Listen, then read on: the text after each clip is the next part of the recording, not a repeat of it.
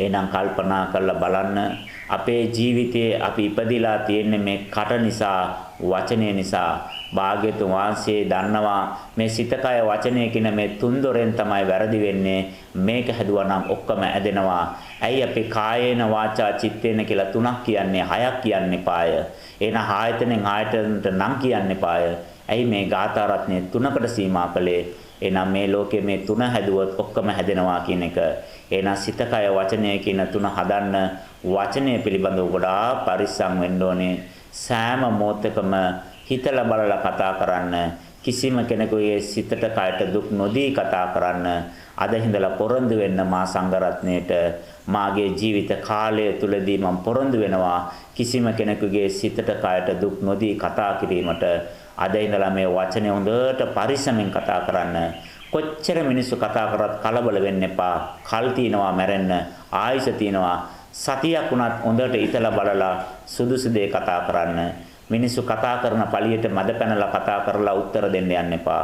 හොඳට ආගෙන ඉන්න. කියන දේ හොඳට සාවධානව ශ්‍රවණය කරන්න. එයාට කතා කරන්න හොඳට ඉඩ දෙන්න. එයා පැයක් හරි කමන්න කතා කරලා ඉවරනාට පස්සේ මොනවද මම මෙයාට දෙන උත්තරේ කියලා බලන්නකෝ මට උත්තරයක් නෑ අද දෙන්න ඔයාට. ඔයා ගොඩාක් දේවල් කිව්වා මං හිතලා බලලා ඔයාට ලබන මාසේ උත්තරයක් දෙන්නම්. හරි සෑල්ලි ප්‍රශ්නේ. ඇයි අපි යාට මොකවත් කියලා නෑ. එහෙනම් අපට ඉවසීමක් නැති නිසා අපිත් එකට එක කියලා කරුණු කාරණා කියලා නිකන් අපි සංසාරෙට ඉපදෙන්න කර්ම හදා ගන්නවා. මිනිස්සු කතා කරන දේවල් හොඳට ශ්‍රවණය කරලා ඒකට අදාළ ලෝකෝත්තරව නිවන් මාර්ගයට අදාළ වචනයක් උත්තරයක් දෙන්නට අපි වග බලා ගනිමු.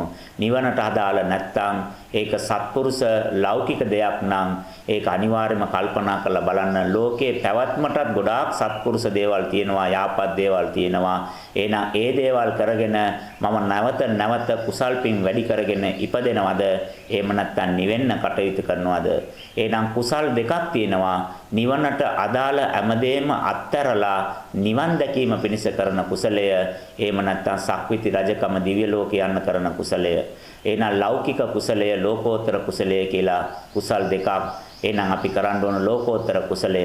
සෑම අවස්ථාවක් තුළම මේ වචන වලින් කර්ම නිර්මාණය වෙන එක වළක්වාගෙන වචනයෙන් පරිස්සම් වෙලා ඉපදීම නවත්තා ගන්න අවශ්‍ය කටයුතු කරනවා නම් අපේ කට සුදුසු ප්‍රදේශයක වාසය කරනවා.